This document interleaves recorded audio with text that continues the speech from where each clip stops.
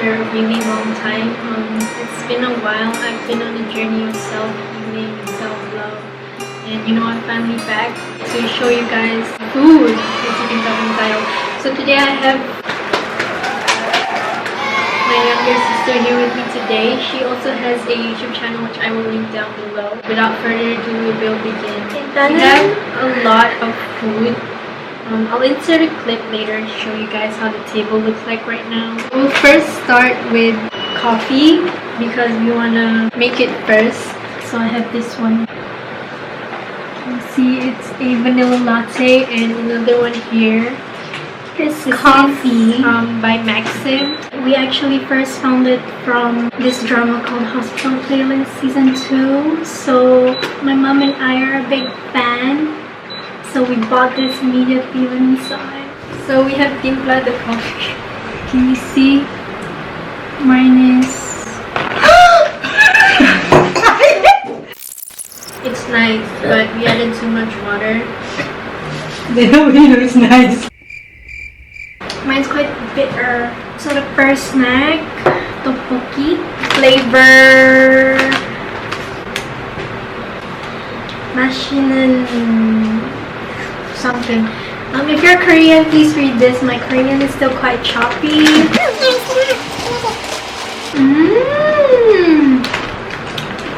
I expected it to be spicier. Yeah.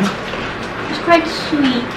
I expected the strong flavor of the rice cake, but it's just cracker. Yeah. I think I'll buy this again. 8 out of 10. 6 out of 10. I feel like it's not enough flavor. Mine's 8. The next one we'll be trying French fries, strawberry flavor. It's pastry. Wow. It's like the circle one, the jam in the middle. Blueberry. Yeah. I'll give this 10 out of 10. I like strawberry and I like pastry. 7. 6. Next snack. Choco chip cookie. Oh, wow, beautiful packaging. There's 2 rows inside. Wow, day back. Tastes like the choco pie. I give this 6 out of 10. I prefer the original red choco pie. 5 out of 10 for me. I'm about to give birth to heavy spreader. I want to pick this. It's a garlic baguette chip.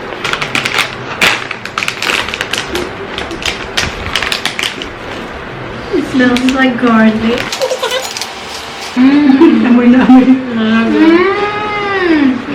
Wow. I'd give this 10 out of 10. 9 out of 10. 10 out of 10. We actually tried the pizza flavor before. It wasn't that great. Hindi mahanap di ka? I liked it.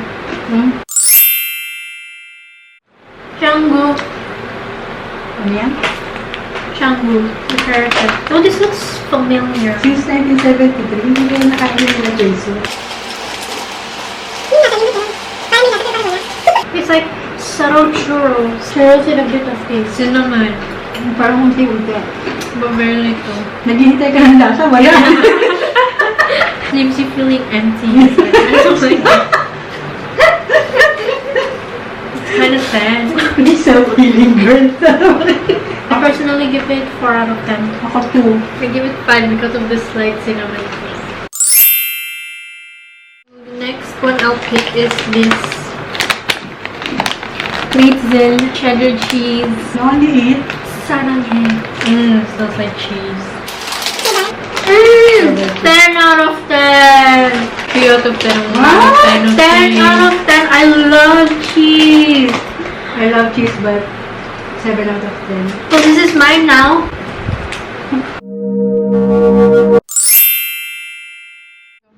This section is brought to you by Shindangdong peach flavor. Now we will be trying rice wine sake. This is Korean.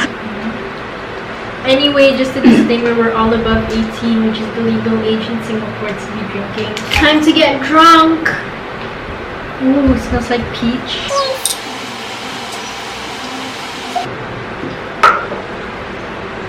I did not expect that taste.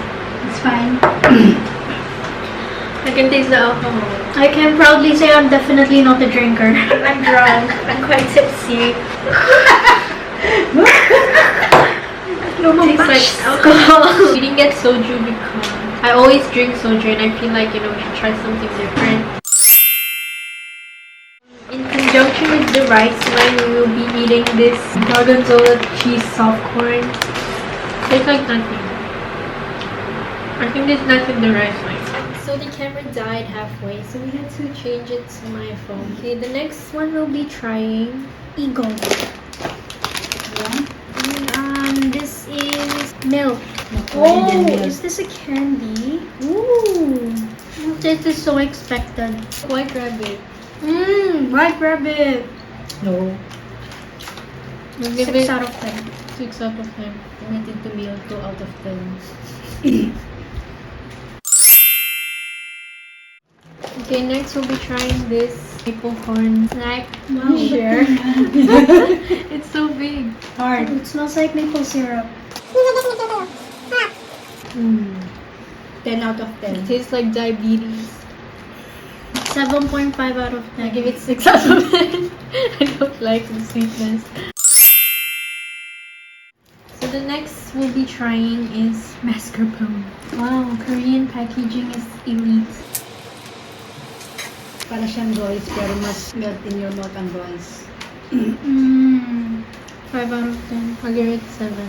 6. Don't really like it. It's not what I expected. This is our last tiramisu. Oh wow, that's very different from the packaging. This is not tiramisu. Yeah. 2 out of 10. The audacity of this company. 1 out of 10. 3 out of 10. Cute jelly This is our second last drink. I got peach flavor and she got grape. I'll give this 10 out of 10. Parang masarap. Maybe a 15 out of 10. And finally, the most prestigious part of this video. PSG. I bought this because his face was on it. I think this is an energy drink, health drink. Yeah, it's a health drink. Yeah. We're sharing because we don't know how it tastes and it's our first time drinking such an innovation. Wow. We'll stop here. It tastes like what my mom would make me drink when I'm having a sore throat out of my own will. Okay, everyone must take a shot. 1, 2, 3. That tastes like honey. Ew, I don't like it. There's an aftertaste. It's fine. Because Park Seo-joon's face is on it, I give it 6 out of 10.